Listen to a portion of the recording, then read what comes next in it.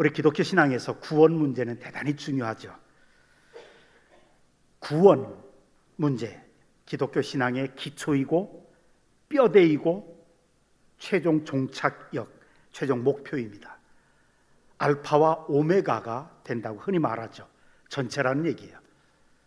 구원 문제는 기독교 신앙의 시작이고 기초다. 그리고 이제 기독교 신앙의 진리를 중급반, 고급반 이런 식으로 생각하는 분들이 가끔 있어요. 잘못 생각하는 거죠. 정말 착각하는 거예요. 기독교 신앙은 그런 거 아닙니다. 구원 문제가 시작이고 기초고 뼈대고 골격이고 그리고 최종적으로 목표이기도 합니다. 교회를 오랫동안 다닌 사람들도 자신이 구원받았는지 못 받았는지 잘 모르는 분도 있어요. 아니면 성경에서 말하는 구원에 관해서 전체적으로 균형 잡히게 알기보다는 부분적으로만 알고 있어요. 그래서 이거를 극단화시켜서 신앙이 약간 이단적으로 치우칠 수 있는 위험도 있는 분들도 있더라고요. 마치 구원파처럼. 또 성도님들 가운데는 구원받는다는 것이 정확하게 무엇인가를 그 의미를 설명해 달라고 부탁을 하면 당황해 하는 분들도 종종 있습니다. 그래서 오늘 종교개혁주의를 맞이해서 우리가 믿는 성경이 말하는 구원이 무엇인가를 3번에 걸쳐서 한번 말씀을 나누고자 합니다. 이 기회에 우리 양동제일교회 성도님들은 구원이 무엇인지를 아주 분명하게 정확하게 균형 잡히게 전체적으로 좀 알았으면 좋겠다 싶어요. 그 3가지가 뭐냐? 오늘은 첫 번째만 하는데 한번 저를 따라 하십시다. 나는 예수 믿음으로 구원 받았습니다. 나는 구원 받고 있습니다. 나는 구원을 받을 것입니다. 이 3가지예요. 나는 예수 믿어서 구원 받았습니다. 이걸 칭의라고 신학적으로 이야기를 해요. 여기에만 머무는 분들이 너무 많아요. 나는 구원 받고 있습니다. 성화라고 말을 해요. 신학적으로요. 또 나는 구원 받을 것입니다. 영화 구원이라고 이야기해요. 우리 그리스도인들은 반드시 구원에 관한 전체적인 진리, 이걸 균형 잡히게 알아야 되겠다. 그래서 이제 3주 동안 할 건데요. 그림을 한번 보면 조금 쉽게 이해될 수가 있어요. 내가 죄를 회개하고 예수 그리스도를 믿는 순간에 우리는 구원받습니다. 죄 용서를 받습니다. 하나님의 자녀가 됩니다. 근데 아멘 하시는 분이 아무도 없어요. 또 요한복음 3장에서는 예수님이 거듭났다라고 이야기합니다. 뭐로 거듭났느냐? 하나님의 자녀로 거듭났다. 2번째 태어났다는 얘기죠.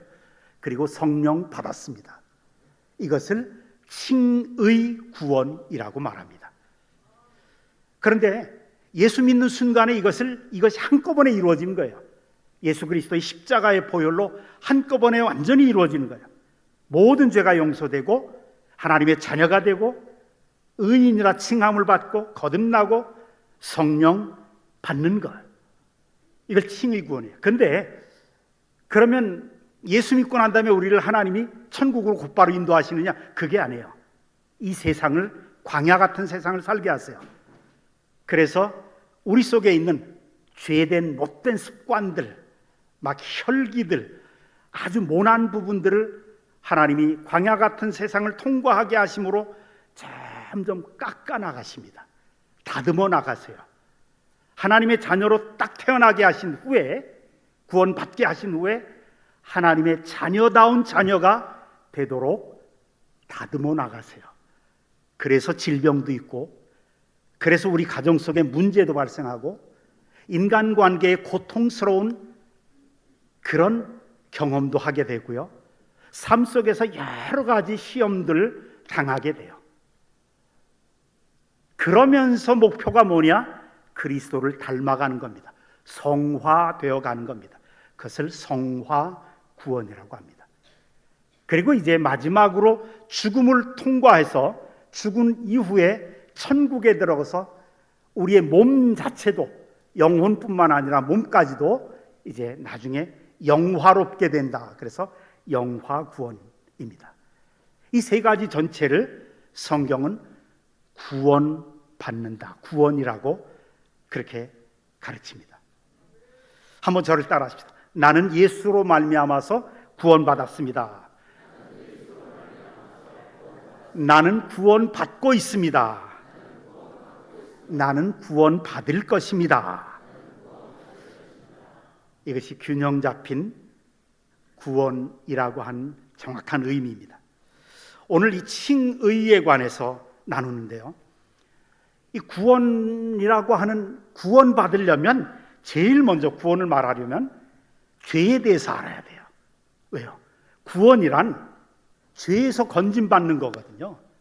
죄와 죄의 결과인, 죄의 대가인 저주와 형벌과 사망과 지옥에서 건진받는 게 구원이거든요. 그래서 죄에 대해서 모르면, 내가 죄인이라는 사실을 알지 못하면 구원하고는 관계없는 거예요. 그 신앙이 전혀 없는 거예요.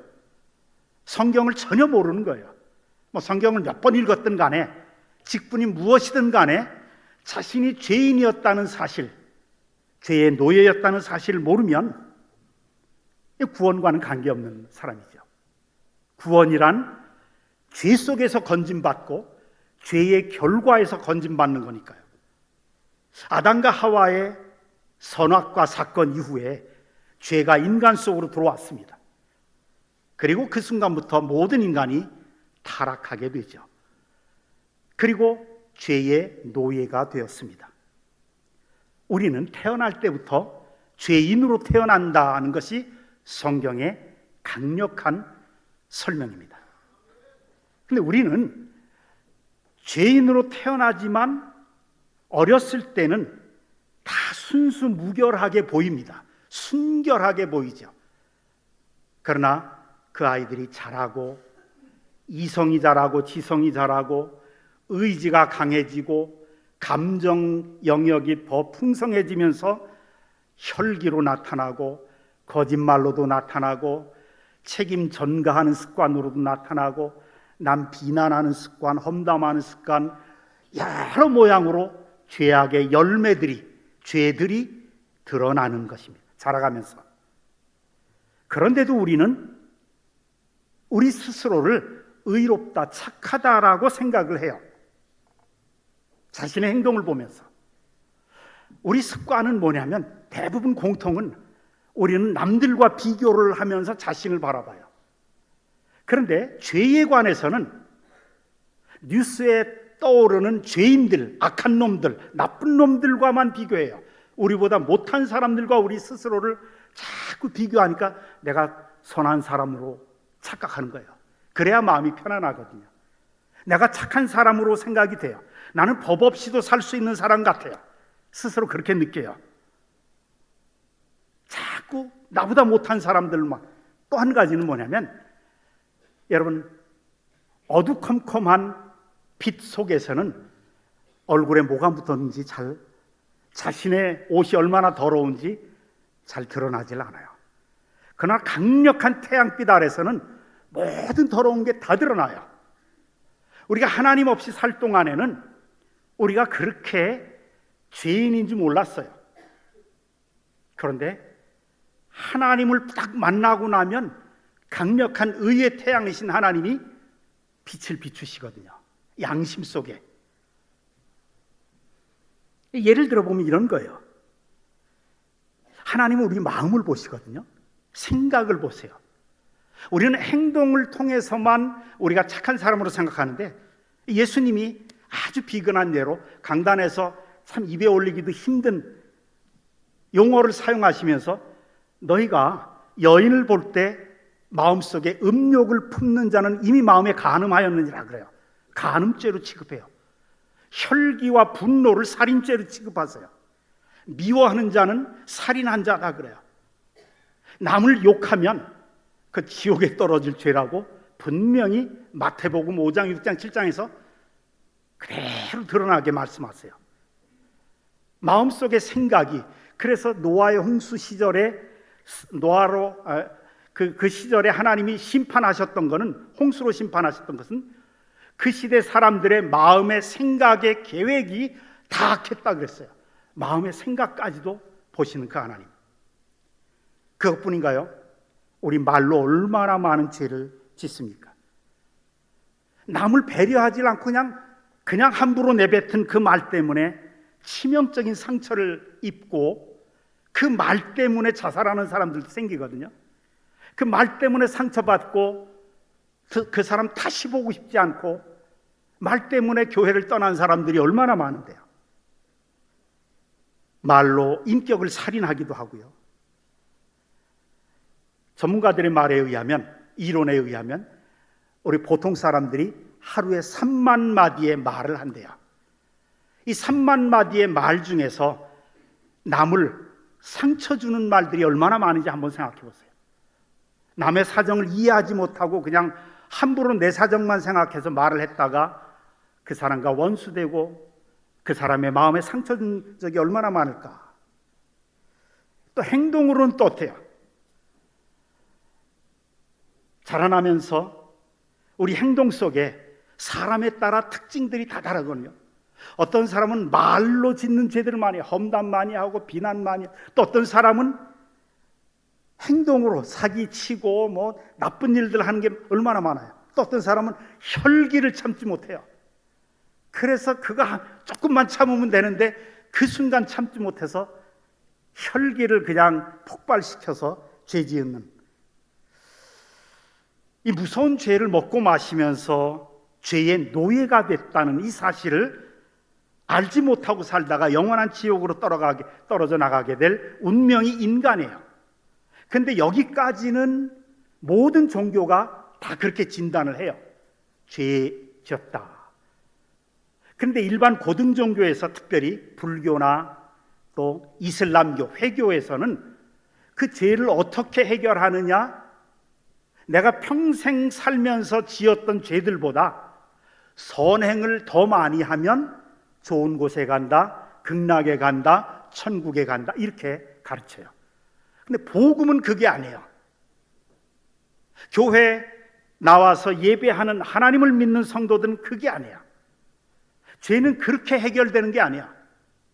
죄는 숨겨진다고 해결되거나 시간이 오래 지나서 죄 지은 내가 그 죄를 잊어버렸다고 해서 해결되거나, 아니면 그 죄 지은 것보다 더 좋은 행동들 더 많이 했다고 그걸 없애준다거나, 하나님은 그런 하나님이 아니시라는 거예요.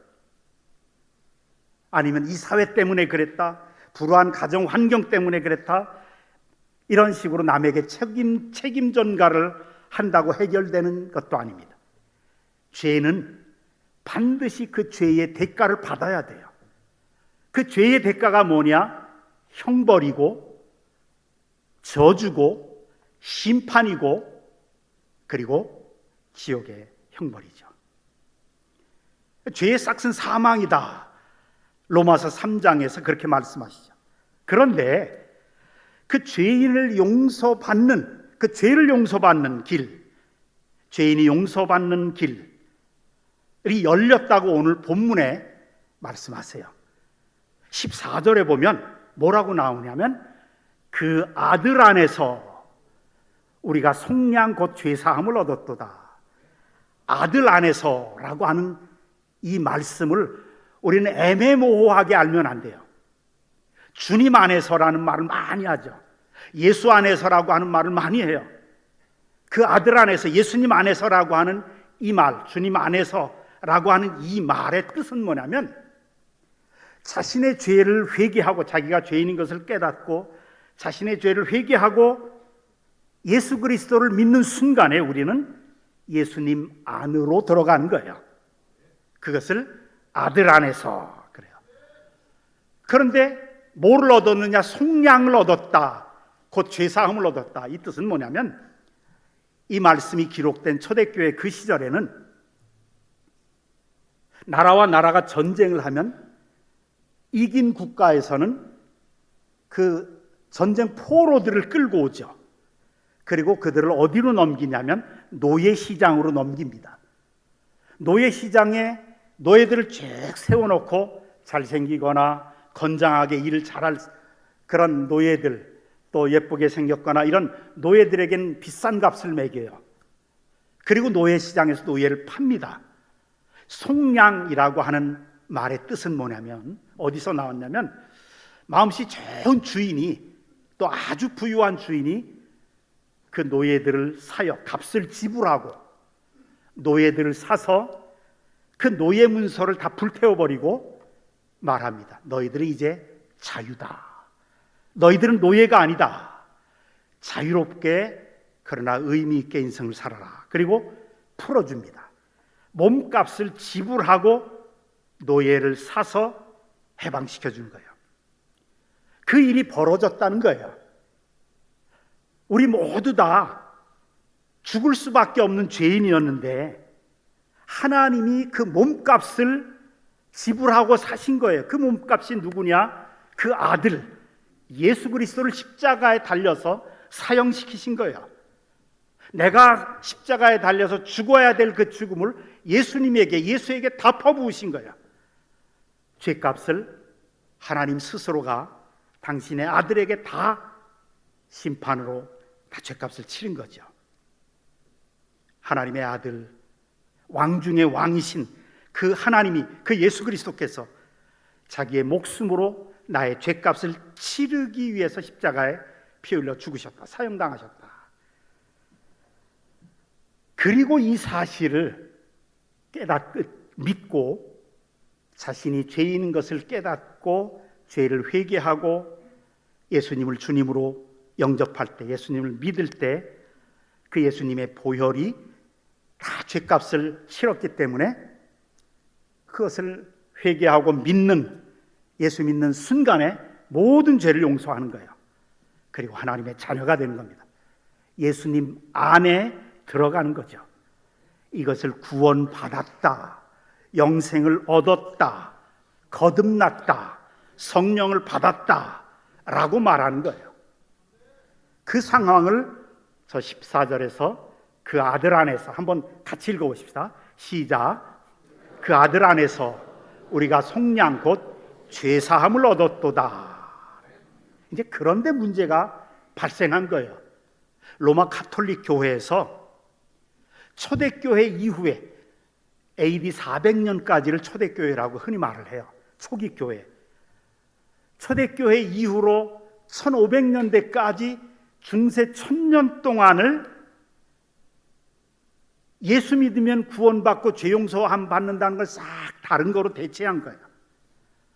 구원의 유일한 방법은 오직 의인은 믿음으로 말미암아 살리라 하는 예수를 믿으면 속량받고 죄 용서받고 하나님 자녀가 되고, 이 구원의 유일한 방법을 다른 걸로 대체한 거예요. 그래서 로마 가톨릭 교회에서는 지금도 이런 부분들이 아주 다분히 많아요. 우리가 구원받으려면 믿음도 필요하다, 믿어야지. 그런데 거기에 선한 일을 해야 된다. 그 가톨릭에서 말하는 선한 일이란 착한 행동들을 많이 해야 되고, 선행들을 많이 해야 되고, 두 번째 가톨릭 교회 교리들을 받아들여야 되고, 세 번째 7 성례를 평생 해야 된다는 거예요. 성실하게 참여해야 된다는 거예요. 7 성례. 가톨릭 교회에서는 7 성례가 있죠. 세례, 영세라고 그래요. 성만찬, 우린 여기까지 있죠. 2개만, 우리 개신교에서는 2개만 인정을 해요. 견진성사, 고해성사. 가톨릭 교인들은 그래서 죄를 지을 때마다 한 일주일치씩 아니면 뭐 이렇게 자신의 개인적으로 묶어가지고 사제를 찾아가요. 신부님 찾아가서, 신부님 제가 이런 죄를 지었습니다. 그래요. 그러면 신부님이 이렇게 보고, 그래요. 뭐 주기도문을 몇 번 외우시오, 묵주기도를 몇 번 하시오, 이렇게 용서받는 방법을 합니다. 그래서 가톨릭에서는 이 성도들이 사제에게 들이댈 수가 없어요. 사제들에게 막 이 비판하거나 사제들 그렇게 할 수조차가 없어요. 왜요? 사제들이 성도들의 죄를 다 알거든요. 자기에게 다 고백했으니까 뭐 들이대면 너 무슨 죄 졌는지 알지? 요 한마디면 다 끝나요.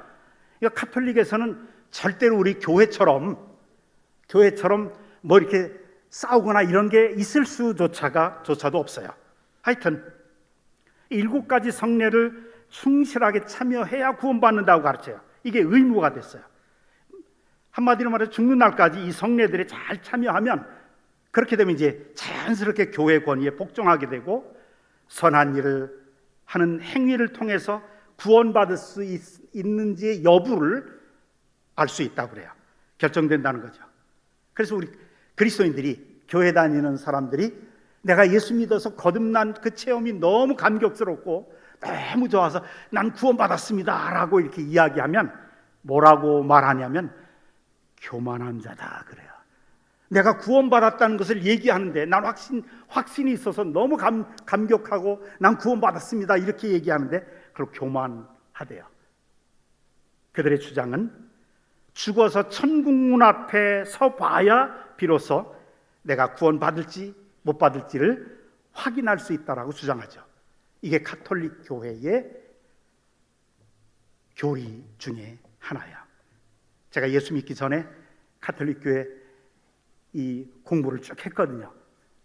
성당 다니면서 영세받기 위해서 쭉 했었습니다. 얼마나 불안해요.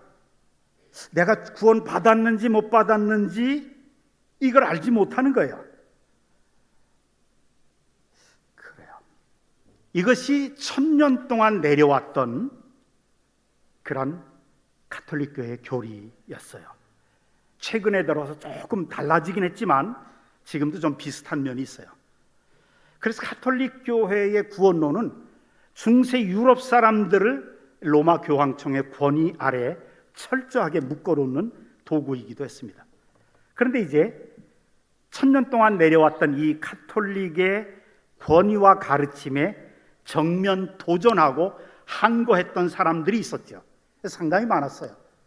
항거했다, 가톨릭에 항거했다 그래서 프로테스탄트라고 이름을 지었어요. 그것이 우리 개신교의 이름이에요.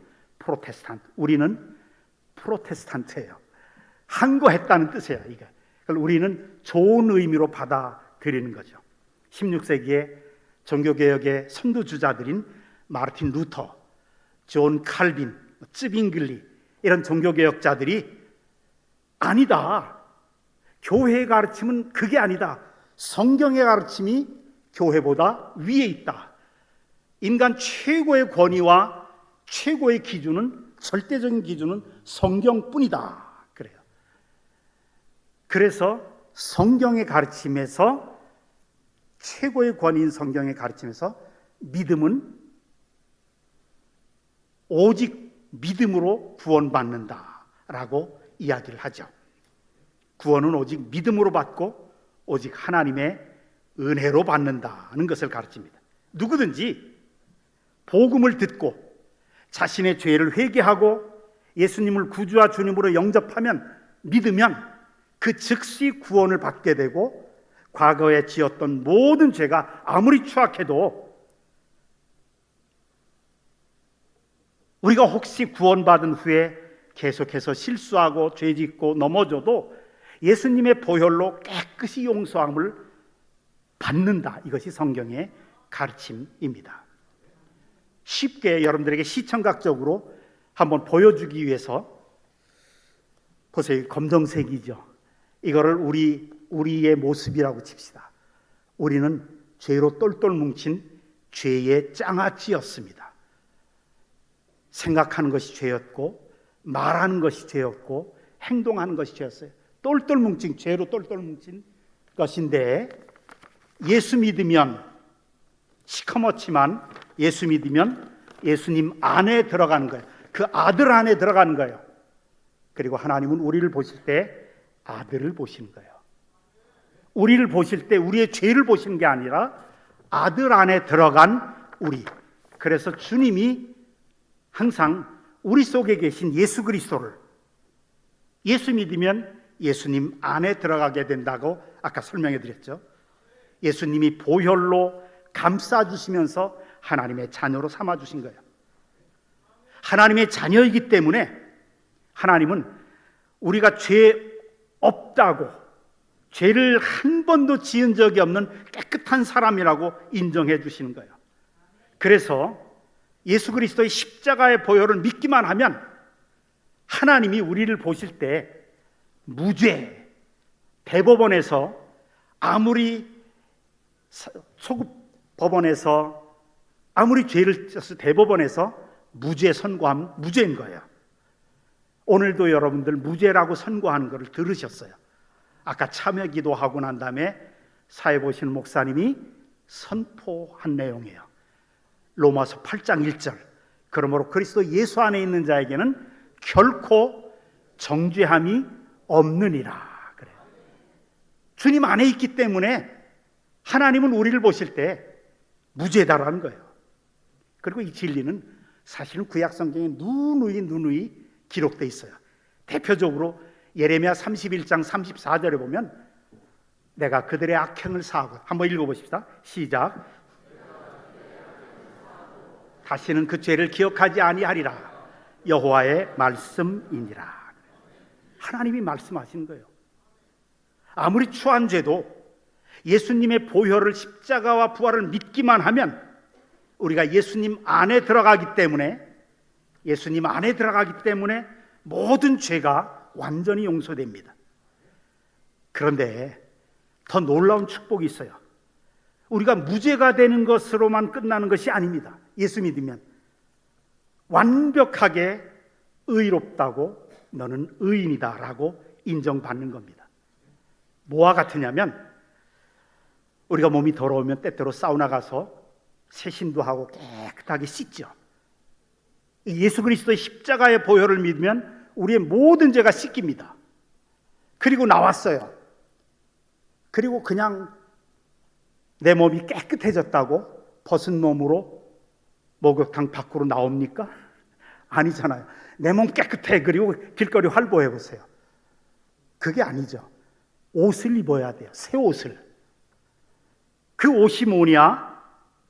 우리 더러운 죄를 깨끗이 씻은 이후에 옷을 입혀주는 것. 이게 이사야서 61장 10절의 말씀이 우리에게 이렇게 이야기해요. 같이 읽어봅시다. 시작. 내 영혼이 나의 하나님으로 말미암아 즐거워하리니 왜냐하면 그가 구원의 옷을 내게 입히시며 공의의 겉옷을 내게 더하심이라. 의의 옷을 입혀주신 거예요. 예수님의 구원의 옷, 예수님의 의의 옷. 예수님은 율법을 완전하게 지키신 의인이셨거든요. 그래서 의의 옷을 입혀주셔서 하나님은 우리를 완전한 의인으로 봐주신 거예요. 너는 의인이다. 근데 우리 양심이 그걸 허락하지 않잖아요. 이해가 안 돼요. 이해가 안 돼. 나는 불의한데, 나는 죄 지었는데, 오늘 아침에 교회 나올 때도 뭐 입고 가라 뭐 입고 가라 이것 때문에 막 티격태격 싸웠을 텐데, 혈기 부린 적이 얼마나 많은데 나더러 의인이래요. 죄 한 번도 지은 적 없고 모든 율법을 다 지킨 것 같은 완전한 의인으로 봐주신 거예요. 이게 이해가 됩니까?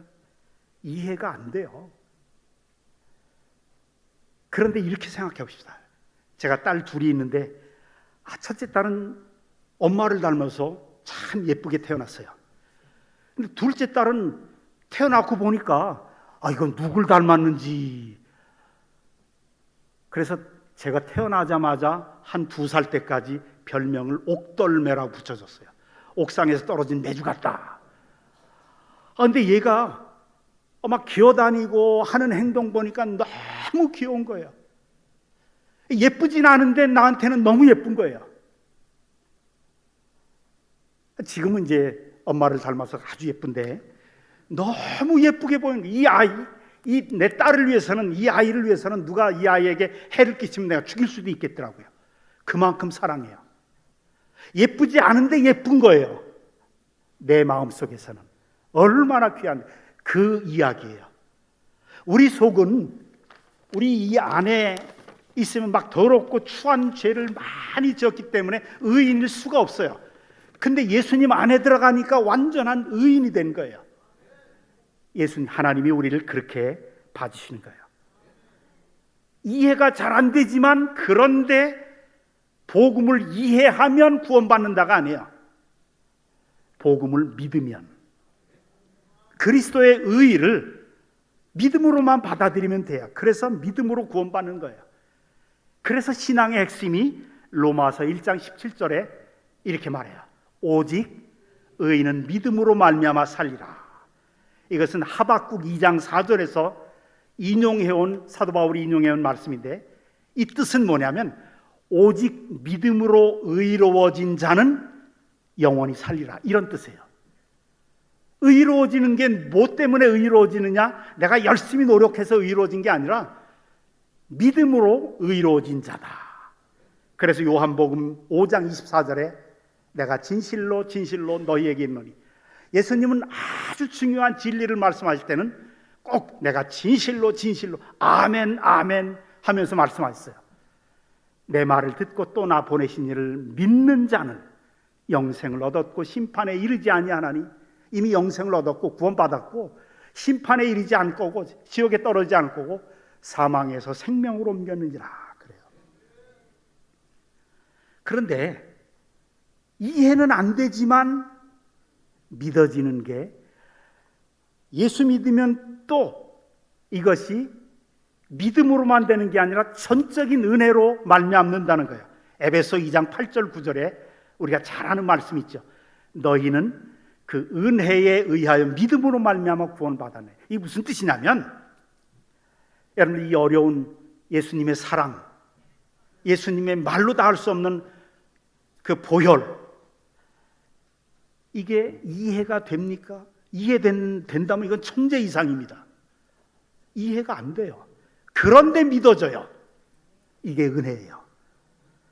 그런데 믿어진다고요. 여러분들이 예수 믿고 예배당에 나와서 예배드리고 설교 들으면서 예수님이 여러분들의 주님으로 믿어진다면 여러분들이 이미 구원받은 사람이고 영생을 얻은 사람이고 하나님의 은혜가 임한 사람들이에요. 은혜가 임했기 때문에 믿어지는 거예요. 이해는 안 되지만. 그래서 주님이 예수 그리스도를 믿으면 구원받는다고 말씀하셨지, 이해되면 깨달아지면 이가 말 안 해요. 함부로 깨달아진다는 얘기 함부로 하는 거 아니에요. 그냥 믿어지는 거예요. 이 은혜의 복음, 이 하나님의 사랑을 이해할 수는 없지만 믿어져요. 믿어진다는 것이 은혜예요. 그 은혜가 성령님의 역사하심으로 이루어지는 거예요. 우리가 회개하고 예수 믿으면 구원을 보장한다는 의미로 하나님이 우리 속에 성령님을 주세요. 그래서 성령님으로 하여금 인을 쳐주시죠. 너는 내 아들이다. 그리고 믿어지게 만드는 거예요. 그러니까 여러분들이 이 세상에서 마음껏 살다가 여러분들이 교회 나오고 싶어서 나온 사람 있어요? 영원한 진리 알고 싶어서 내가 진리를 모색해야겠다, 찾아야 되겠다, 그래서 나온 사람 있어요? 거의 없어요.